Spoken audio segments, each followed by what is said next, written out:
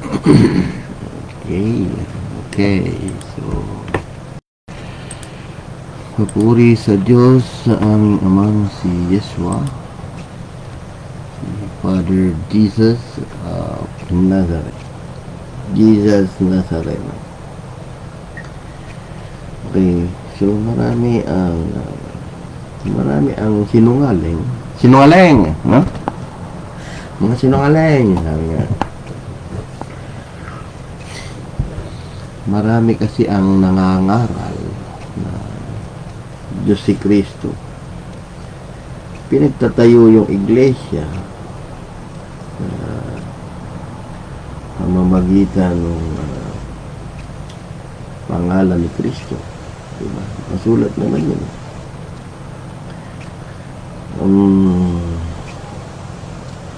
Sabi ni Jesus sa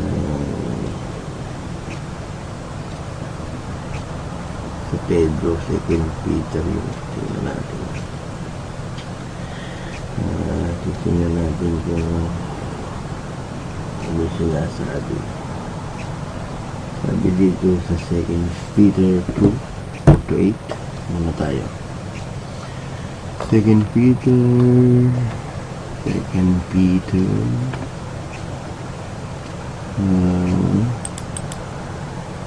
2:4-8. Okay.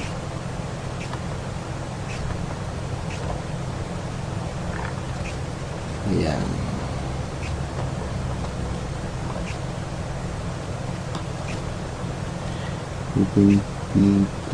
Mali pala. 1 Peter 2:4-8 muna tayo. 1 Peter 2 chapter 2:4-8. Okay. Oo ba? Ayan. Ganda yan, di ba? Pina-practice ko rin itong aking whole lyrics kung paano mag-live ng hindi na ako nag-i-slide eh. So, sabi dyan, mabuti yan. Marunong naman kayong magbasa. Basahin nyo na lang kaya. Basahin nyo na lang kaya. Ano? Sabi dyan, na kayo'y magsilapit sa Kanya. Sinong Kanya? Si Father Jesus yan. Na isang batong buhay. Nasa katotohanan ay itinakwil ng mga tao. Datapwat sa Diyos ay hirang lumalaga.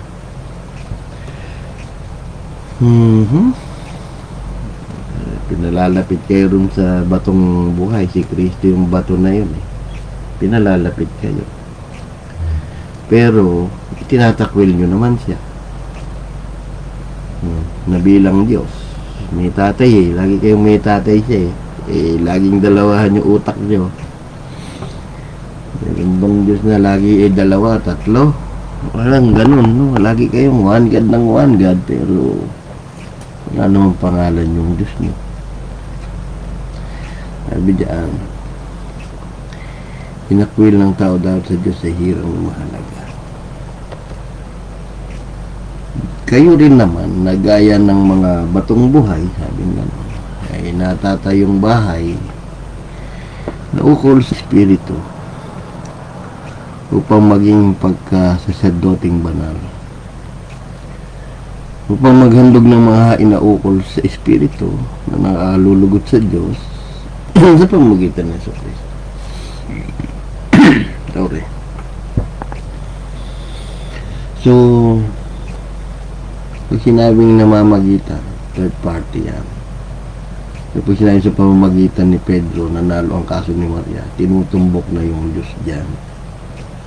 No? Ngayon, nag-aalay tayo kay Kristo ng mga hain.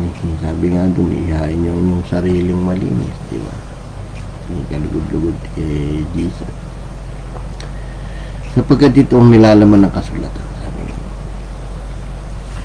narito, sabi nga nun, aking inilalagay sa sayo ang batong panulo na Pangulo. Yan ang mahalaga. At ang sumasampalataya sa kanya ay hindi mapapahiya. Yan ay, sabi dyan, ito ang nilalaman ng kasulatan. So nakahula ang ibig sabihin.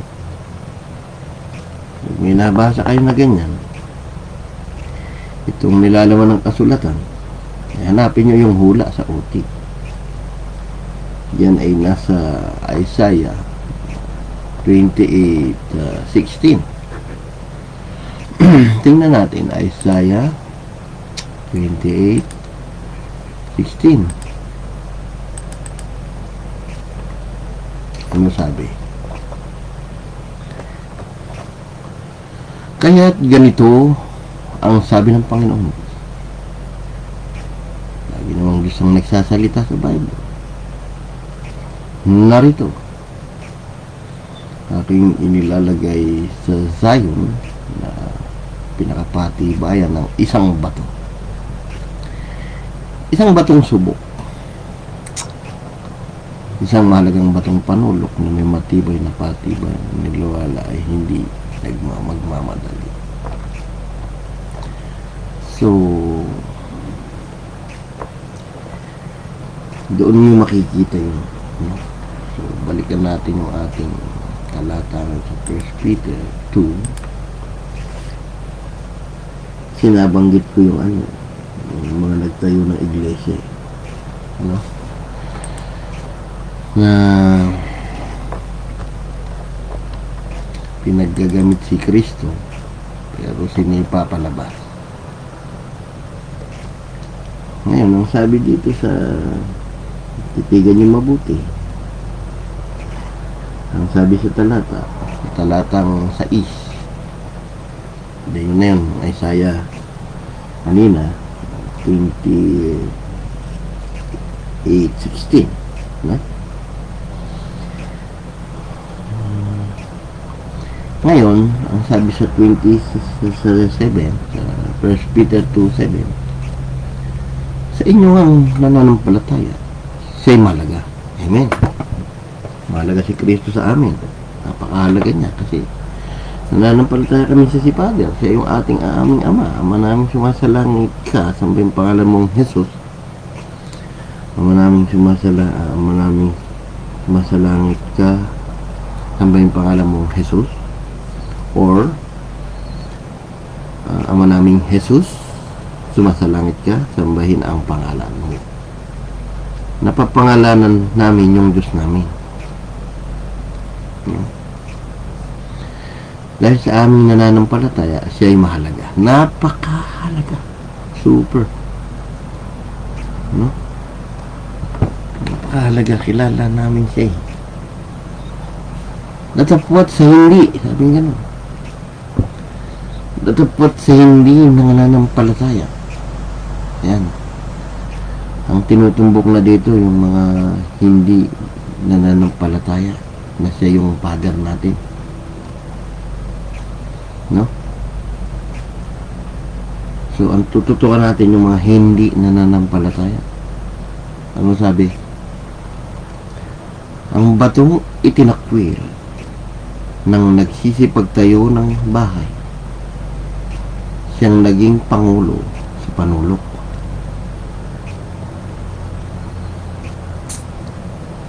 Ibig sabihin, nagtayo raw kayo ng iglesia nyo. Ano? Pero itinakwil nyo yung bato. Ginagamit nyo siyang panulok, laging pasimula, pundasyon ng church nyo. Pero sinipa nyo siya palabas. Di ba? Gaano kasakit na gamitin ka lang ng tao para itayo yung panloloko sa tao. Magtayo tayo ng church. Start natin pangalan ni Jesus.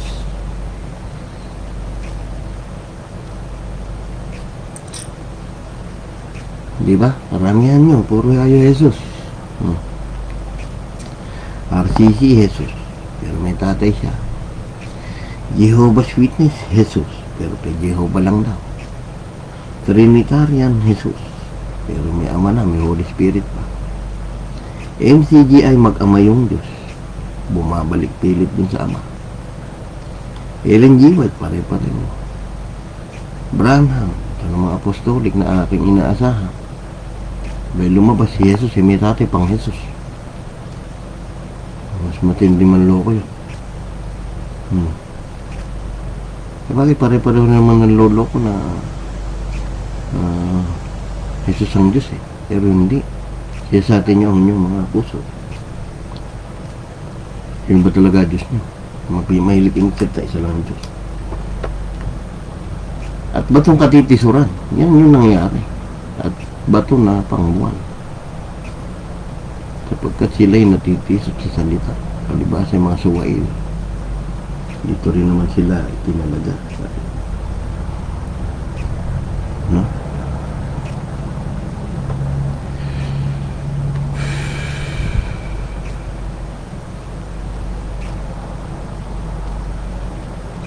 Ito pati isang lahing hirang sa makaharing pagkasaserdote kung saan man. Ngayon, anong sabi doon sa Acts 4:11? Gawa 4:11. Galing yung aking apps, ano?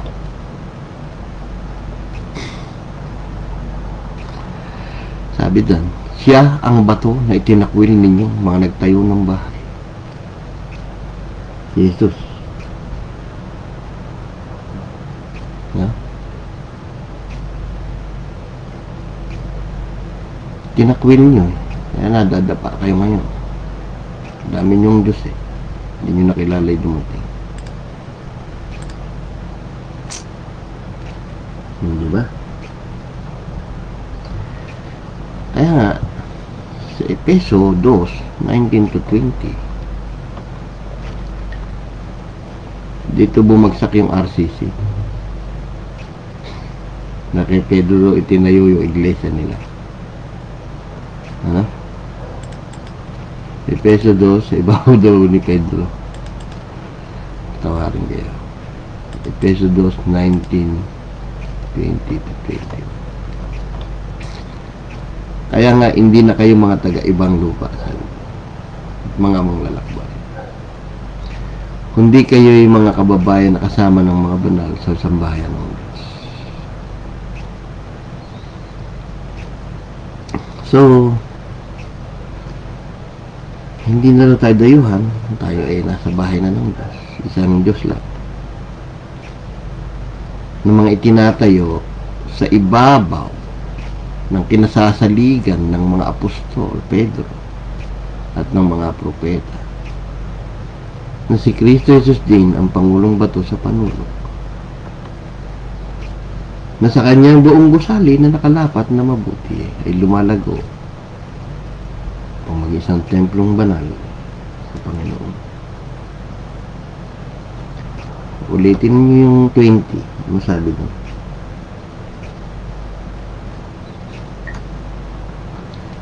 Pinasasaligan ng mga apostol sa ibabaw daw, ng mga itinatayo sa ibabaw. Nung kinasasaligan ng mga apostol, di lumalabas si Pedro. Hindi siya yung tinayuan ng iglesia ni Kristo. Naintindihan niya? Ginagamit niyo sa batong ito, itatayo kong aking iglesia. Si Kristo yung bato na yun.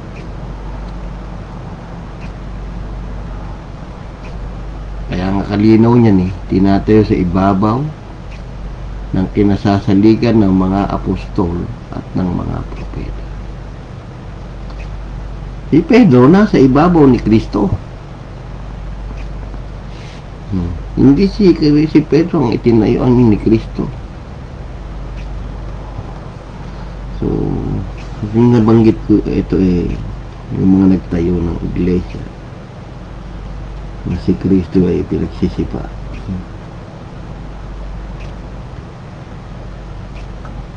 So, Yan yung sinasabi natin na sabi sa Roma 9:33. Tingnan natin. Roma 9:33.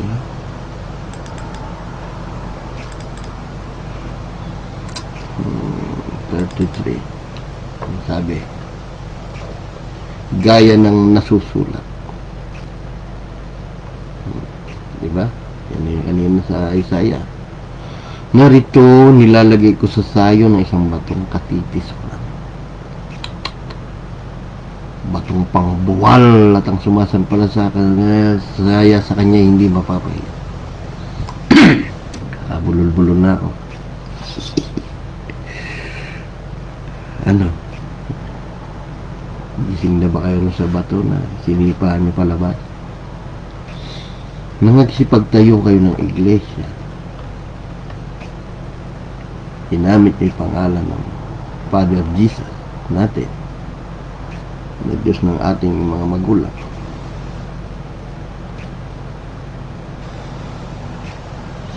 Sa Acts 22:14. Yan natin. Acts 22:14.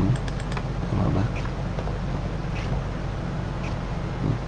Diyos ng ating mga magulang. Sinabi ni Ananias, Saulo, ang Diyos ng ating mga magulang ay itinalaga ka upang mapagkilala mo ang kanyang kalooban. Makita mo yung banal. Isa lang ang banal. Marig mo ang isang tinig mula sa kanyang bibig. Si Jesus pala, si Father Jesus ay Diyos ng ating mga magulang.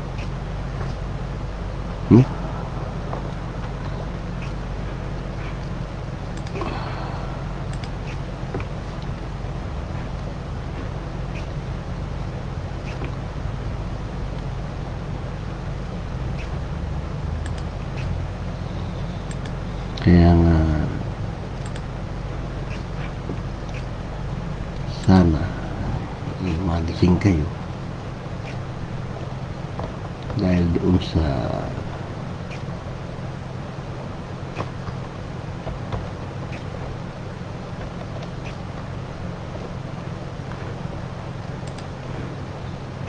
Daniel 2:20, Daniel 2:23.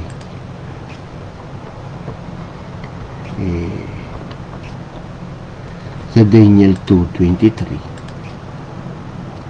ay pinupuri rin ni Daniel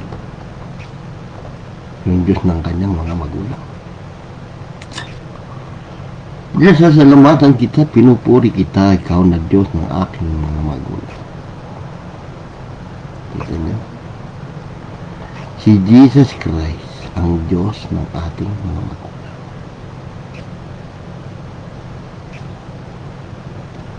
Ngayon, natalakay ko itong bato eh. So, ipupukpok natin sa mga ulo ng mga kampon sa talas. Talakayan natin muna itong bato. Kasi tayo-tayo kayo ng iglesia. Ano yung pinagagamit nyo si Kristo?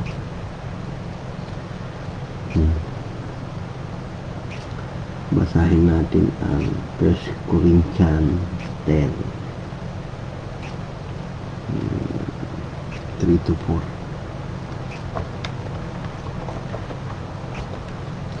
First Corinthians 10, 3-4. Ano sabi? Ang lahat nagsikain ng isang pagkain din ayon sa Espiritu. At lahat nagsiinom ng isang inumin din iyon sa Espiritu. Ito lahat ni Kristo. Sa 1 Peter 1:10-11. Espiritu na ni Kristo nasa uti. Sapagkat nagsiinom sa batong ayon sa Espiritu na sumunod sa kanila. At ang batong iyon ay si Kristo. Hindi si Kristo ang pinukpok Doon sa mga nangangaral, nakabisote. Hindi si Kristo ang pinukpok. Dahil hindi naman lumalakad yung bato sa Horeb, nandun yun. Kahit tingnan niyo yung picture ngayon doon, naiwan yun. Tapos sinasabi niyo si Kristo yung pinukpok. Maling-mali kayo, bakit? Basahin natin sa Exodus 17:6, no? Sabi sa Exodus 17:6, paano niyo mapupukpok si Kristo? Sinabi ni Kristo doon, narito, Moises, ako'y tatayo sa harap mo sa ibabaw ng bato sa Horeb. Kalaki-laki ng bato, tatutuntong lang pala si Kristo doon sa ibabaw. Ang tingin ng tao, liit-liit ng bato. Tingnan niyo nga yung picture ng Horeb. I-search ninyo. the Rock of Horeb sa Google.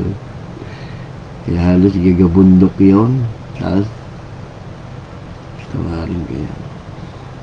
Yung papaluin yung bato, hindi si Kristo. At lalabasan ng tubig.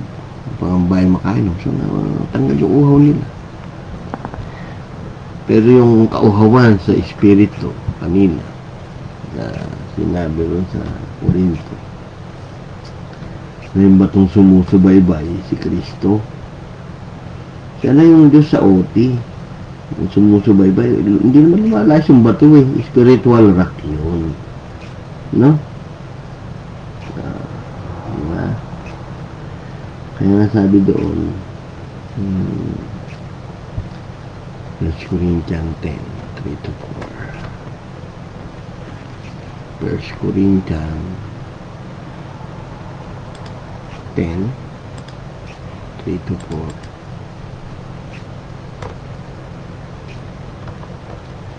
Lahat nagsikain na sa pagkain din ayon sa Espiritu, yung mana. Si Jesus din ang mana mo galing sa langit. Lahat nagsiinom na isang inumin din ayon sa Espiritu. Kat nagsiinom sa batong sa Espiritu na sumunod sa kanila. Sumunod sa kanila. Ang batong yun ay si Kristo. Ano makakasunod sa paglalakbay nila sa ilang? Ang bato sa Horeb ay naiiwan yun doon. Kahit tingnan nyo picture sa Google, the Rock of Horeb, andun, may tapyas. Laki-laki. O, di ba? Laki nun, nakatuntong si Father doon sa taas. Ngayon, maling-mali yung aral na si Kristo eh, pinukpok na bato. Tingnan nyo yung kamangmangan ng tao, no? Palibasa ay sinisira yung kasulatan. Kung ano-ano na lang sinasabi. Kayo naman, ang payo ko, mag-review kayo. Tingin nyo yung katalinuhan sa Espiritu ng Panginoong Yesus. Siya lang naman ang Espiritu ng Biblia. Basahin natin sa 1 Peter 1:10-11. 1 Peter 1:10-11. Tungkol sa pagkaligtas na ito, nagsikap, nagsiyasat na mabuti, maigi ang mga prophets na nangagsihula tungkol sa biyayang darating sa inyo. No? Sinisiyasat ang kahulugan ng hula. Siyempre, sisiyasatin mo. Kung ano, kailang panahon itinuro nung Espiritu ni Kristo sumasa kanila. Kuha nyo? Espiritu na ni Kristo, kasi yung Kristo ay one Lord God ng Israel na yan. Yan ang meaning ng Kristo. Pag may nakita kayong Kristo, that is combination of Father and Son, or Father and Lamb. Nakuha nyo, ang Kristo ay ang pagkakatawang tao ng Diyos. Kaya sinong tumatanggi? Si Jesus ang Kristo, di ba? Tumatanggi sa ama't anak, sabi, natatanggihan niya yung dalawa na ginampanan ng Diyos. Pero dito tayo sa Pedro. Espiritu na ni Kristo ang sumasa kanila ng patotohanan ng unang mga pagbabata ni Kristo at ang mga kalwalati ang hahalili sa mga ito. Espiritu na pala ni Kristo yung mga nasa propeta.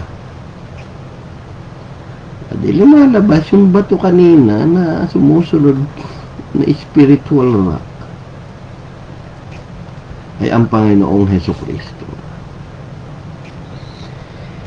Kasi sinabi nga sa John 5:39. Ano sabi sa John 5:39? Oh. John 5:39. Ano sabi? Ano sabi? Saliksikin ninyo. Alin? Ano saliksikin nyo? Yung mga kasulatan. Madami yan. Buong Bible yan. Sapagkat iniisip nyo na sa mga kasulatan mayroon kayong buhay na walang hanggan.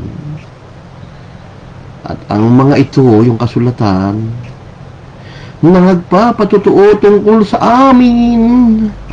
Ay, mali. Tungkol lang sa akin. Na tinamaan kayo ng magagaling. Gagaling yung magsinungaling. Ang gagaling talaga itong Kampunong Dilen.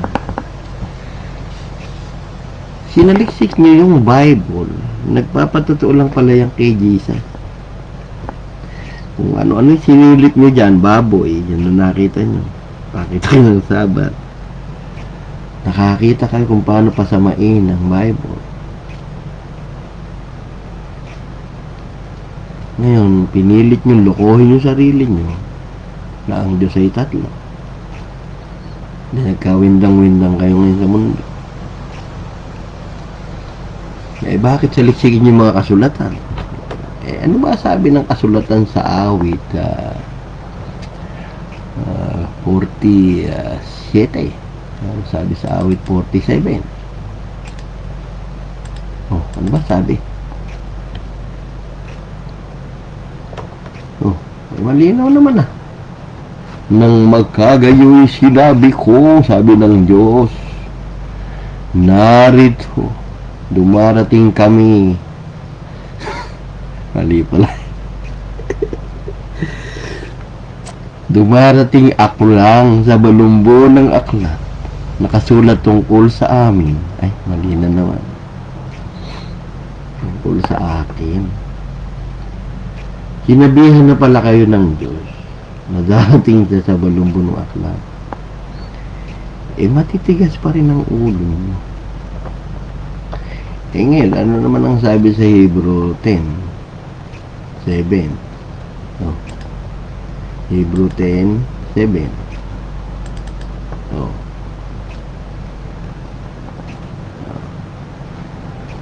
Ano sabi dyan? Basa. Nang magkagayoy sinabi ko, narito ako'y pumarito sa balumbong ng aklat na susulat sa akin. Yung Diyos yung kalooban ng ni Kristo yun. Espiritu ni Kristo nagpasulat sa propeta At kalooban niya nga lahat yung nasa OT. Di ba? Upang gawin o Diyos ang iyong kalooban, naging tao ang Panginoong Yesus. At kalooban niya rin lahat yung ginanap niya. David, sulat mo to. Moises, sulat mo to. Pagdating ko, yung millisecond ng buhay ko, gaganapin ko. Bahala kayong maniwala o hindi.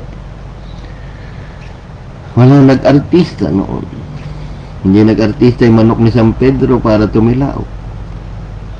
Hindi nag-artista si Marian, nagsakit-sakitan ng tiyan.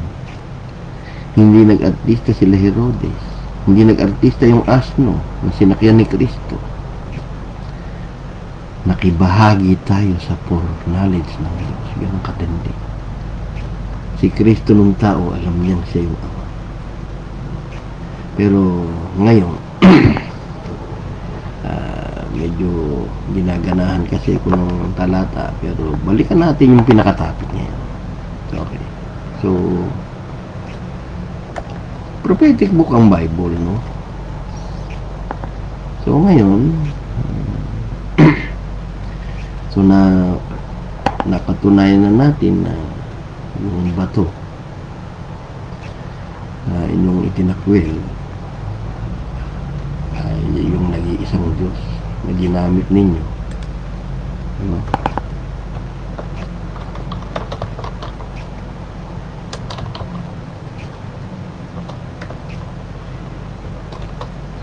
Ginamit yung nagsipagtayo kayo ng iglesia, pero sinipa nyo palabas, pinalitan nyo nung diablo ang inyong ama.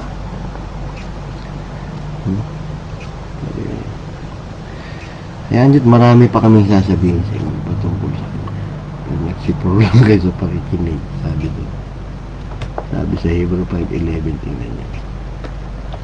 Hebrew 5:11.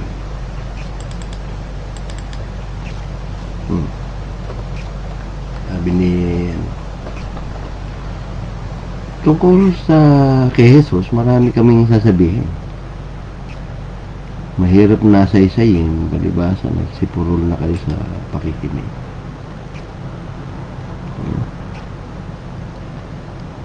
So ngayon, dako tayo sa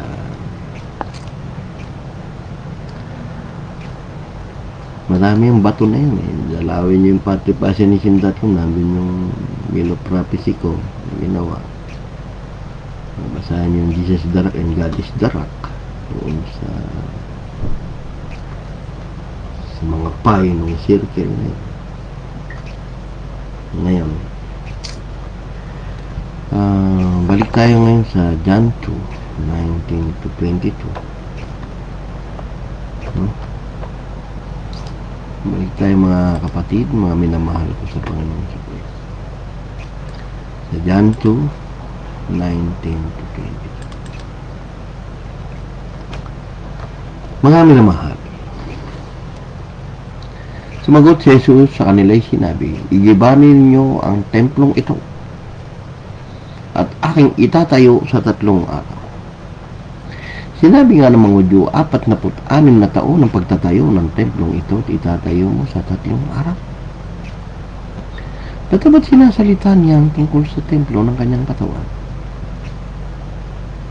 Nung magbangon maguli nga si Jesus sa mga patay, naalala ng kanyang mga alagad na sinalita niya ito at nagsisampalataya sila sa kasulatan at sa salitang sinabi ni Jesus.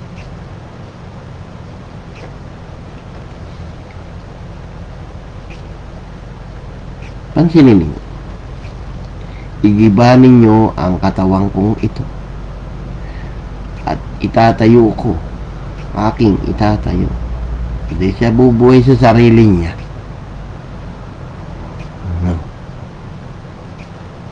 Kaya nga sabi rin sa 22, nung mabuhay siyang maguli, naalala nung mga alagad na sinabi niya na ito. Kita nyo? Kaya yung Diyos na sinasabi nila Pablo, nila Pedro na binuhay ng Diyos, si Kristo yung Diyos na yun. Kaya nyo? Huwag niyong pinasasama yung kasulatan. Huwag niyong labanan yung Espiritu Santo ng Diyos sa Bible. Puro kayo palusot, di naman kayo makakalusot sa Kanya. Dahil hinuhuli ng Diyos ang tao sa Kanyang palindaran. Kung ano yung bitag mo kasi, yun din ang huhuli sa iyo. Sulat naman yan. Yeah.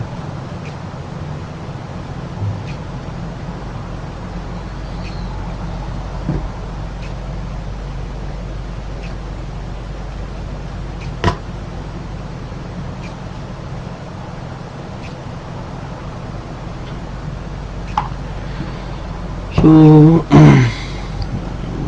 nagte-text ako, excuse me, nagte-text mga kapatid at nasagutin. Sumagot si Jesus sa kanila sinabi, igiba, ano ba igiba? Wasakin, patayin. Patayin yung templong to. Aking itatayo sa 3. Sinabi ng mga Diyo, 46 years pagtatayo ng templo ito ni Solomon. Templo ni Solomon yun tinutukoy niya. 3 days lang itatayo mo, lupit mo naman. Yung mga kabisote, palibasa walang espiritu ni Jesus, ni Father Jesus. Wala kayong espiritu ng inyong ama, na si Jesus, Father Yeshua. Kaya pag hindi nyo ama si Jesus, sa anong diablo kayo? Kasulat naman. No?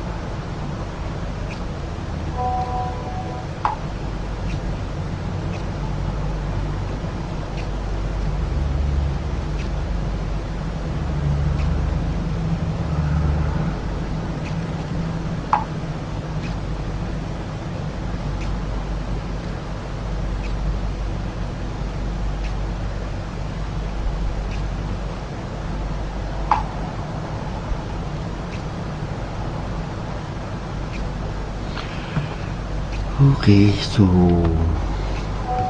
kaya na may nagtitik sa akin.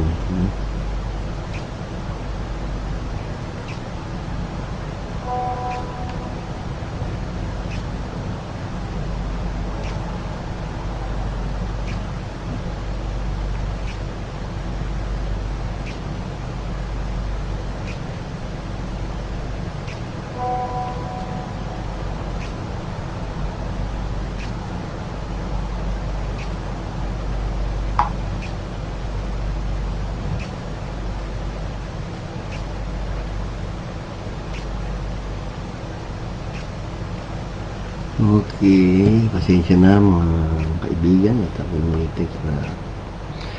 So, nababasa niyo may Bible, di ba? Bakit hindi niyo matanggap na yung Diyos yung dumating? Sabi mo, siya lang naman Diyos. Siya lang yung Diyos, Jesus. Jesus lang, Diyos po kayo, Jesus. Pero, kay Satanas daw kayo. Sinabasahin natin yun.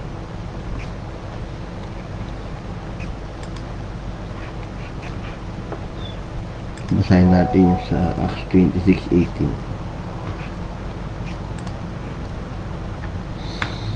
Anong sabi sa Acts 26:18? Pasensya na, may nagtetext sa akin eh.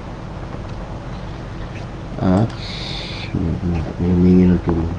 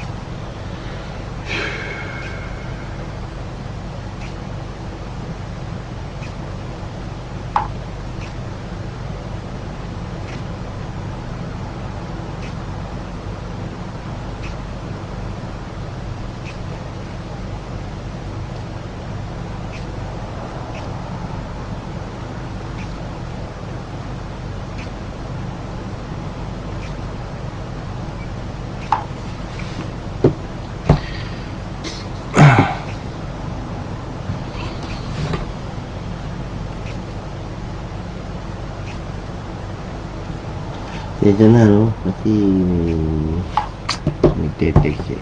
Hirap naman di sagutin. Okay, so saan ba tayo? Talaga sumot eh.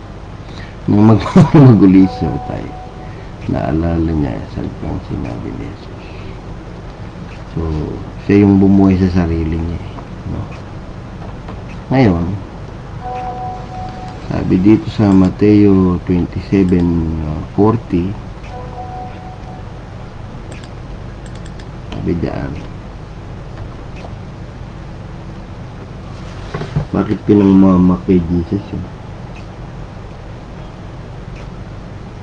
Sabi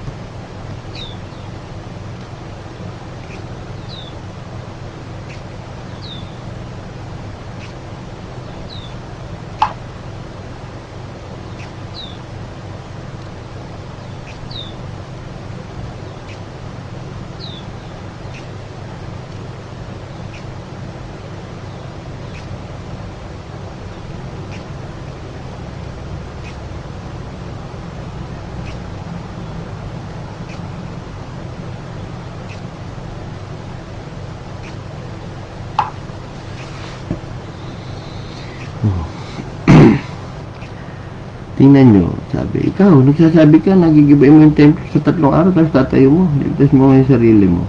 Kaya anak ng Diyos mo ba? Diba, yung mocking ng mga tao, yung pagmamak kay Jesus, naiintindihan nila yung sinasabi ni Kristo na, kaya mo naman palang patayin yung sarili at buhayin eh, bakit hindi mo nga iligtas yung sarili mo? Diba? Kung ba ka sa krus, buhayin mo ang sarili mo. Diba?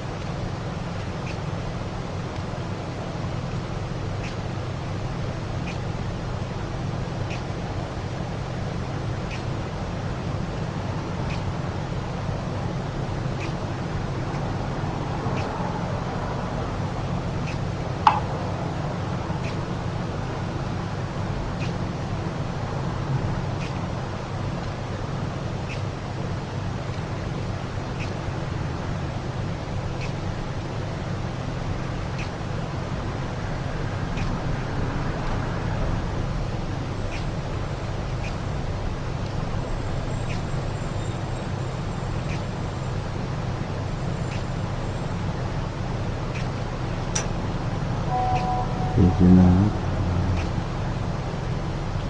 So, yun no. Marami asungot eh. Pero okay lang sabi dyan, no? At nagsasabi ko na igigiba mo ang templo, sinasabi mo, ayaw mong buhayin yung sarili mo. Iligtas mo yung sarili mo.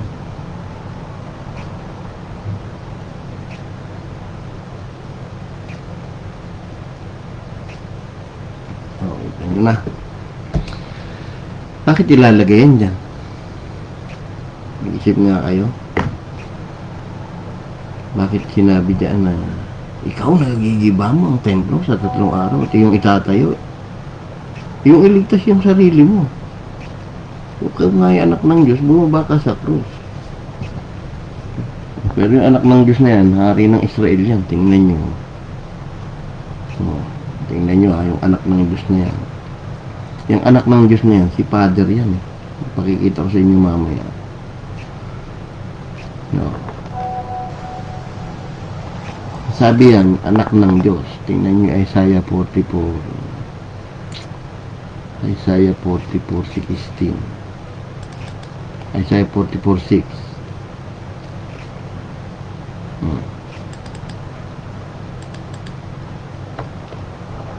Ito sabi ng Panginoong hari ng Israel. Yun daw hari ng Israel.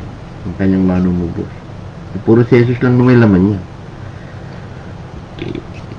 At kanyang manunubos, dapat kami ang una, kami ang huli. Liban sa amin, walang Diyos. Di ba? Ganito ang sabi ng Panginoon. Yung hari ng Israel. At ng kanyang manunubos. Sarili niya yung manunubos na yun. Na Panginoon na mahukbo. So, dahil sinabi niya, ako ang una, ako ang huli, liban sa akin, wala ibang Diyos. Sana sinabi niya diyan, kung yung kanyang manunubos ay iba, dapat sinabi niya diyan, kami ang una, kami ang huli. Liban sa amin, walang Diyos. Nakuha niyo? Ngayon, yung hari ng Israel diyan, na Diyos sa OT, sa sinasabi dito sa John 1:49. Sabi sa John 1:14, sumagot si Nathanael sa kanya, Rabay, ikaw yung anak ng Diyos, ikaw yung hari ng Israel. Sabi niya. Nakuha niyo?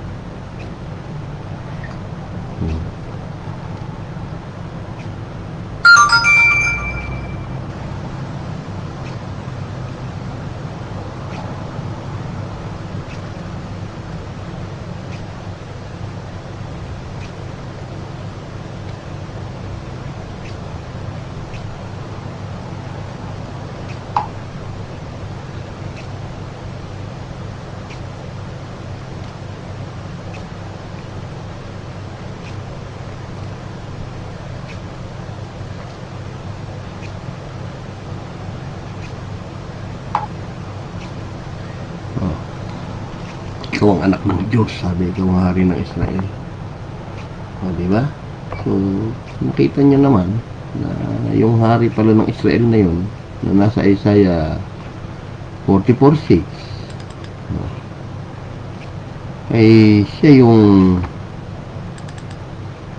darating. Hindi nyo mababali yan. Hindi nyo pwede magkontrahan yung Bible. Ganito ang sabi ng Panginoon na hari nga ng Israel sa OT. Sinabi ni Nathanael na kayo po ang hari ng Israel, ang anak ng Diyos. So lumalabas, naging tinawag lang na anak ng Diyos ang hari ng Israel.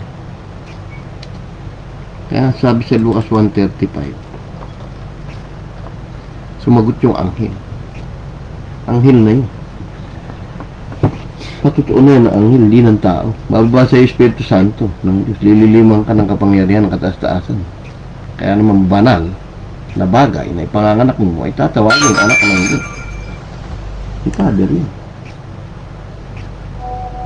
Tatawagin na anak ng Diyos talaga yun.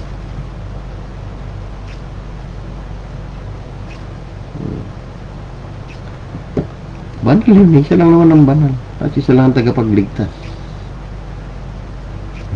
Di ba?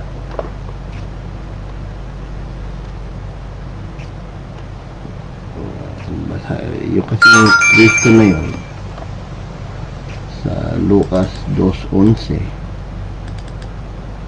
sabi na naman ng anghel, pagkat pinanganak sa inyo ngayon sa bayan ni David isang tagapagligtas. Isa yung tagapagligtas na siya ang Kristo, ang Panginoon.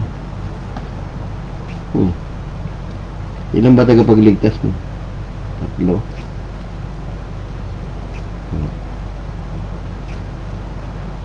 Isa lang naman yun.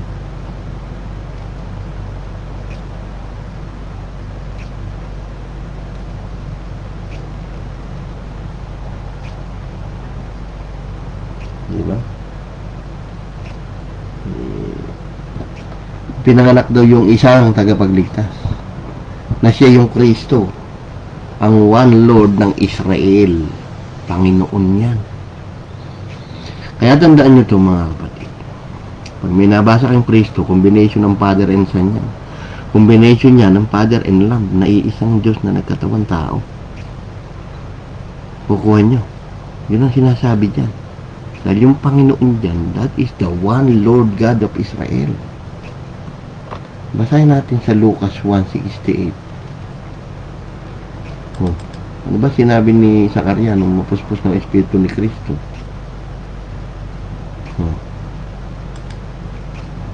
Basahin natin.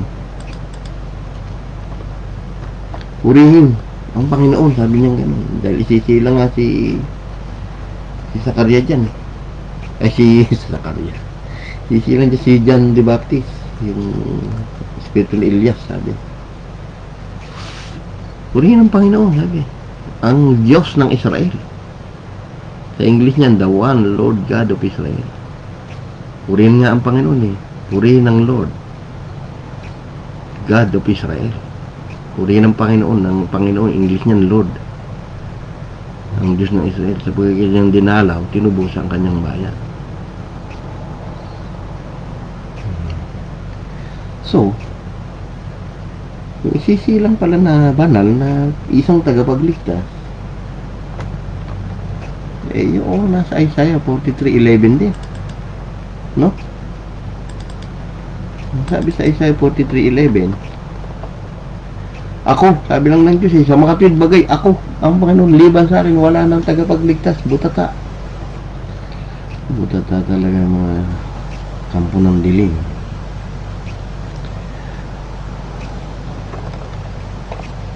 Talaga masasaktan kayo sa salita ng Panginoon. No? Dahil nakasulat yan sa Acts 26, Acts 28:16. Kung hindi ako nagkakamali.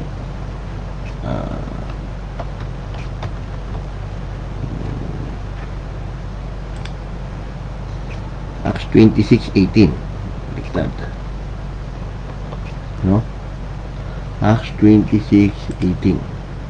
Ano sabi doon? Sabi dito sa Acts 26:18,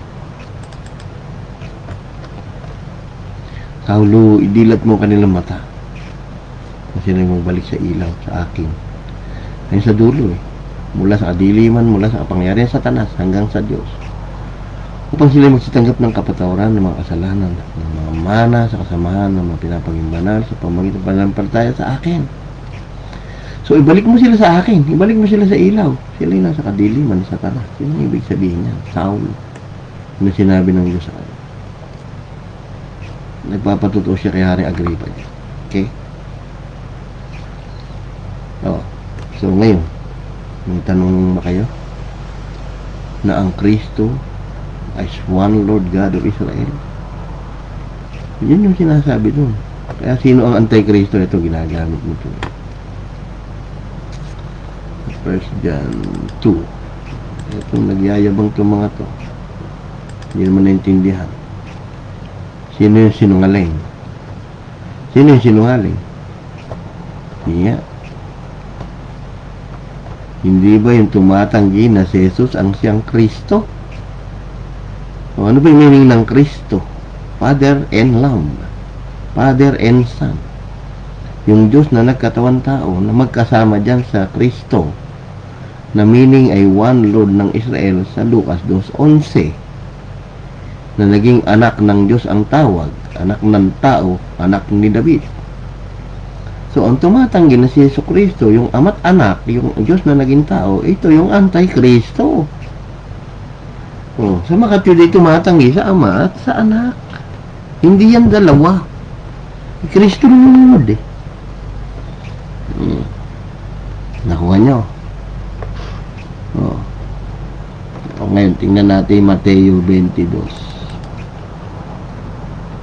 Mateo 22.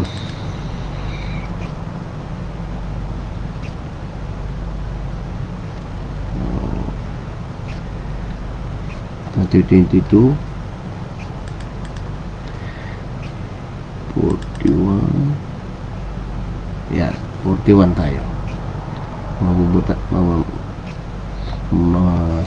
na masusupalpal na Satanas sa 45 dyan. Habang nagkakatipon nga ang mga Fariseo, tinanong sila ni Jesus ng isang tanong. Yung mga pare, mga pastol, mga pastol na kabisote na mahilig sa kayamanan. Habang nagkakatipon nga ang mga Fariseo, tinanong sila ni Jesus ng isang tanong.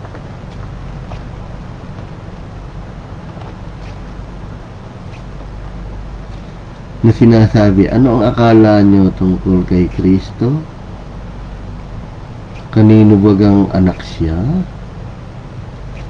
Sinabi nila sa kanya, anak siya ni David. Kay David daw eh. Hindi anak ni David.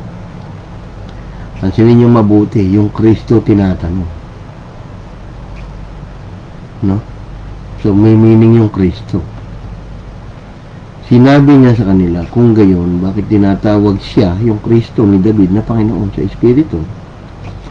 Na nagsasabi, sinabi ng Panginoon sa aking Panginoon, maupo ka sa aking kanan hanggang sa ilagay ko ang iyong kaaway sa ilalim ng iyong mga paa. Sinabi ng Panginoon sa aking Panginoon, hindi yung dalawa eh. Sinabi ni ugat sa aking si supling. Ganun lang yan. Dahil siya yung ugat at supling ni David.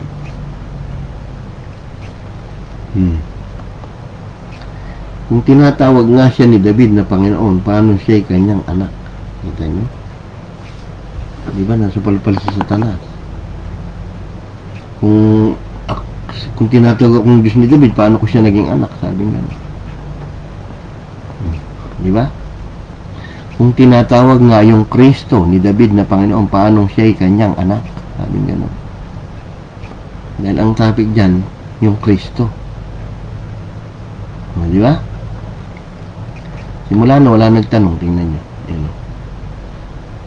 At walang sino mang nakasagot sa kanya ng isang salita. Di walang sino mang nangahasbuhat sa araw na ito manong pa sa kanya. Kaya sarado na yung Bible eh. Binubuksan lang yung demonyo para lokohin tao. Si Jesus Christ, si Yeshua Hanasri Bimelek, Edrim, ang iisang Diyos nating lahat. Sarado ang Bible, nananahimik yan. Sa mga taong kilala yung kanyang ama. So, marami lang ang sumisira. Nyo? Nilalabanan nila yung Espiritu Santo ng Diyos. Naging literal kayo lahat. Pero sinabi nga ni Kristo yan, na pag yung kaharian ng langit, itatago niya sa talinhaga. No? So, sinabi yan sa Psalm 78:2. Sabi rito sa awit 78:2.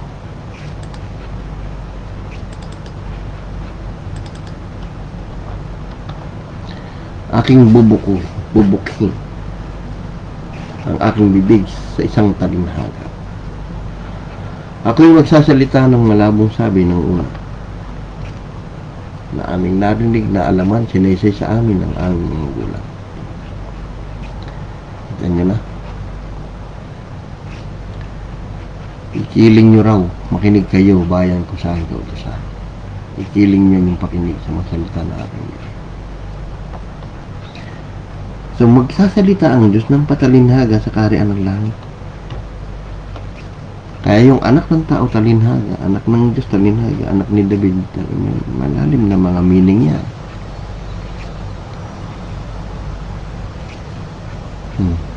Kaya nga yung anak ng tao, tingnan ninyo kung saan natupad yan. Sabi sa Mateo 13. Mateo 13, 34 hanggang 35. Lahat ng bagay na ito sinabi ni Jesus sa karamihan sa talinhaga. Kung hindi talinhaga, hindi niya sila kinakausap. Upang matupad, sinalita sa pamamagitan ng propeta David sa Psalm 78:2. May tinutupad. Ano nakalagay doon? Bubukhin ko ang aking bibig sa talinhaga. Sasaysayin ko ang mga natatagong bagay buhat ng itatag ang sanlibutan. Di ba? May tago, nakatago. Kaya yung anak ng tao, hindi yan literal. Anak ng Diyos, hindi yan literal. Anak ni David, hindi yan literal.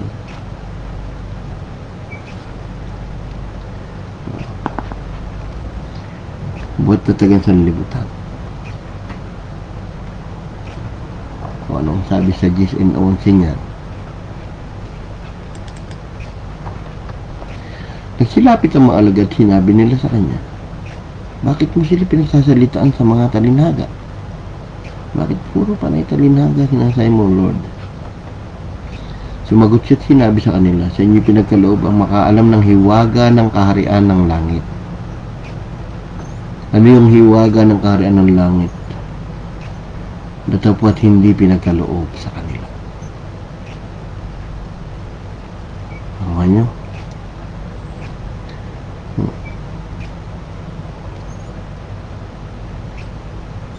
Doon nga sa 1 John 5:20,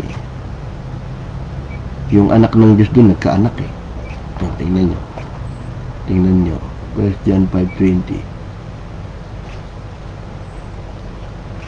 Kasi si Father yun eh.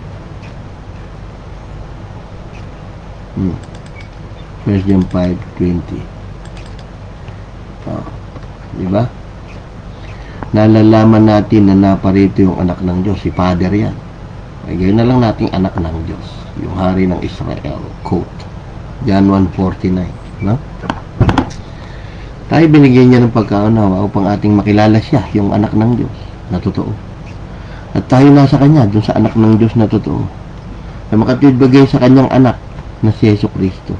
Ano nangyari na siya na totoo, siya kanya na totoo, tapos ay sa kanyang anak pa. Nakuha niyo? Ito yung tunay na Diyos, buhay na walang hanggan. Yan yung sinabi sa John 17:1-3.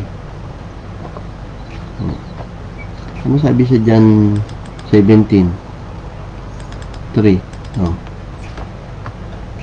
Itong buhay na walang hanggan, yung tunay na Diyos. Hindi kayo makilala na isang Diyos na tunay, di ba? Na siyang sinugo sa makatid bagay ako. Siya nagsasalita dyan si Kristo eh. Tumingalayan sa langit kasi may ginaganap lang naman talaga yan. Dumating ng oras, ito na yung time. Ito ni katuparan ng hula. Lunatiin mo yung anak. Upang ikay lunatiin ng anak, maligtad. Di ba? Parang mas lamang pa siya. Hindi naman sabihin na niluluwalhati kita. Sabay, luwalhatiin mo ko para luwalhatiin ka na anak. Ibig sabihin, tayo yung mga darating na panahon ng mga anak na yan. Naluluwalhati sa kanya. Tataas siya. Ganyan binigay mo sa kanya, kapamahalaan sa lahat ng laman. Binigyan daw si Kristo ng kapamahalaan lahat ng laman. Upang bigyan niya ng buhay na walang hanggan lahat ng binigay mo sa kanya. Siya rin yung nagbibigay ng buhay na walang hanggan. Kaya nasabi diyan, kung makilala niyo si Jesus, na tunay na Diyos at buhay na walang hanggan, siya yun. Kaya nga, yung 1 John 5:20 na yun, maliwanag na yung anak ng Diyos doon na hari ng Israel sa Isaiah 44:6 na tinawag na anak ng Diyos ay si Father. Kaya nga si Father dyan nagkaanak pa, yung anak ng Diyos dyan nagkaanak pa eh. Di ba?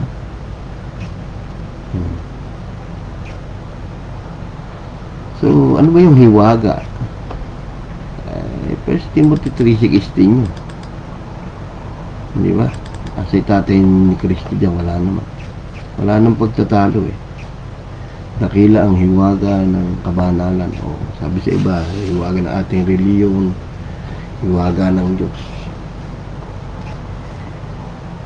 Dakila ang hiwaga ng Diyos, yung nahayag sa laman. Sino yung nahayag sa laman? Yung Diyos, si Kristo. Naging banal na espiritu ng kalapati, si Kristo. Nakita na ang sa Lucas 2:16, si Kristo. Pinangaral sa mga hintil, si Kristo. Sinampalatayan sa buong mundo, si Kristo. Tinanggap siya ito sa kalwalatian, si Kristo. Kasi tatay niya, wala naman.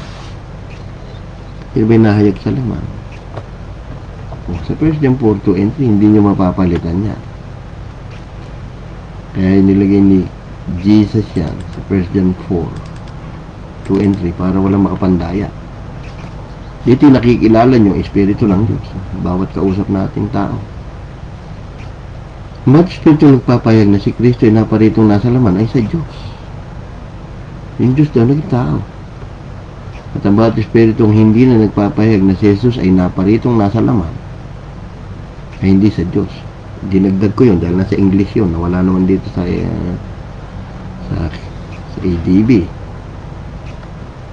Ito yung mga anti-Kristo na inyong narinig na darating ay nasa libutan na. So may iba ba na pa rito nahayag sa laman? Ayan, nilagay yung 3:16 ng Timothy na yun. Para hindi nyo mapalitan yun ng iba na yung nahayag sa laman, sabi. Di ba? So, marami kayong sasabihin sa inyo patungkol sa kanya. So, kung may tanong kayo, comment lang kayo. Sagutin namin kayo ng Biblia. No?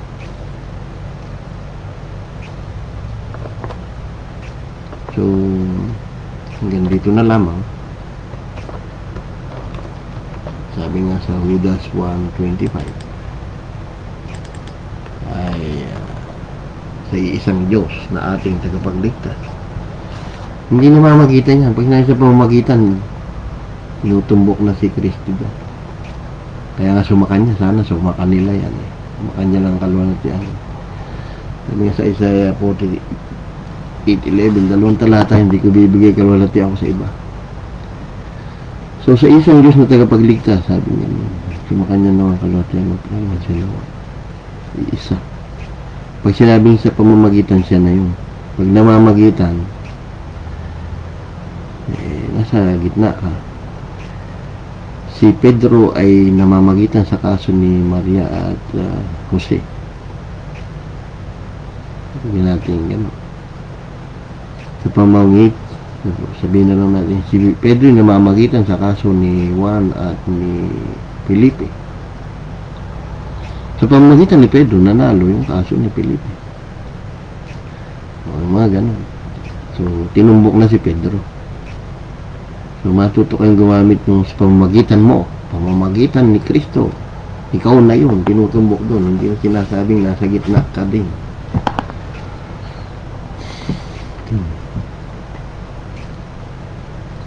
So, sa kanya lang papuri, siya nawa, sabi. Sino ba si siya nawa? Revelation 3:14. Ayan si siya nawa, Sa anghel na iglesia Laodicea, isulat mo ang bagay nito, sinasabi ni siya nawa. Sa kasing tapat totoo, nasimula ang paglalang ng Diyos. Si Amin, si Jesus din. So, purihin ang Panginoon at may natutunan kayo. Manumbalik kayo sa ating Amang Jesus. Sinasabi sa Revelation 21:7 na kung sino may magtatagumpay, magmamahalan ng bagay nito, ako'y magiging Diyos niya at siya'y magiging anak ko. Diyos mo na si Kristo, ama mo pa. No? So, napatunayan natin yan na si Kristo rin ang bumuhay sa kanyang sarili. Sige, end ko na yung live ko. Maraming salamat po. May sumubaybay dyan. Bye-bye. Pagpalain na wahi po kay lahat ng Espiritu ng Panginoon Jesucristo, ating amang nasa langit.